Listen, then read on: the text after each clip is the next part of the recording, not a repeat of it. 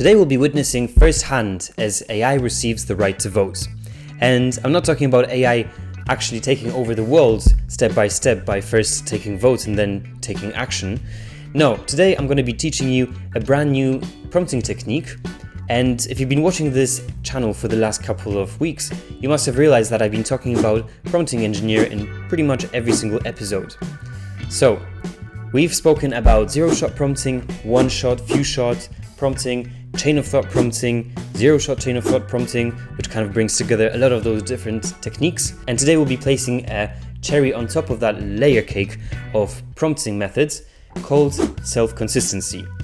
And as was the case with the previous episodes, this one is going to be very, very simple as well. Self-consistency basically means that we expect our large language model to stay consistent with the way it's been responding to questions. So basically, if I ask a question to ChatGPT, I would expect every single conversation to yield the same response to that question, right?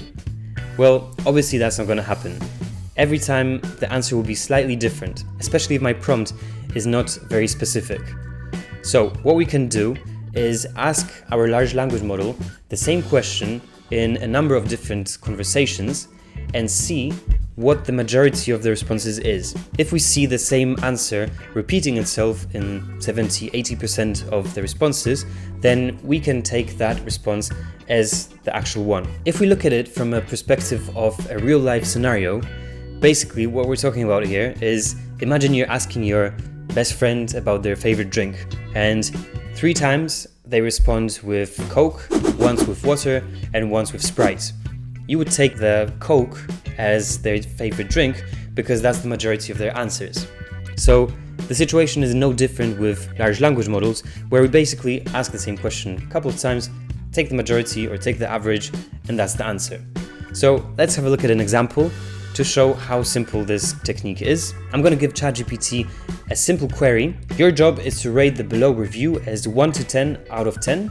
Please respond to me with just the rating, nothing else. Example, 4 out of 10. I had to specify that because large language models tend to be very verbose if the question is very simple. So it's a good practice to specify the format that you want to get your response in. So in this case, we only expect a number, 4 out of 10 or 7 out of 10, etc. So let's see what the response will be for this review that we generated using ChatGPT. I've specifically requested a review which is slightly on the fence, whether it's a 7 or 8 or 9 out of 10. So let's see what we get. The first time around, it's an 8 out of 10. The second time, it's a 9 out of 10. And the third time, it's an 8 out of 10. So we could keep asking our large language model over and over again for the response, but in my case, I'm just going to do it 3 times.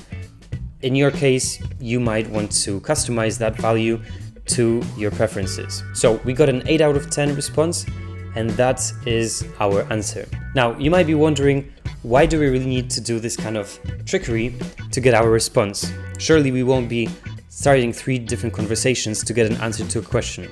And you are kind of right. I mean, for a single case scenario like this one, we wouldn't really need to actually send this as a prompt and see what the averages or what the majority of the responses are.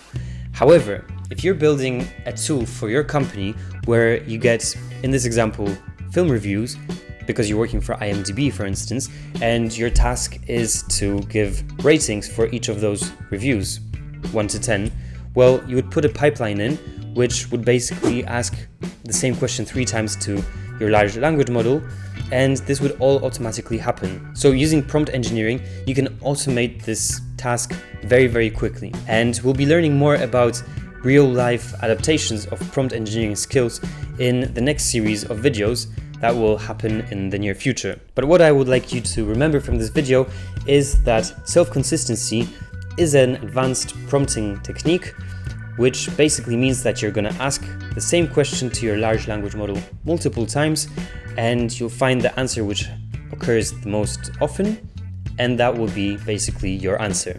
So thank you very much, and I'll see you in the very next episode. Take care.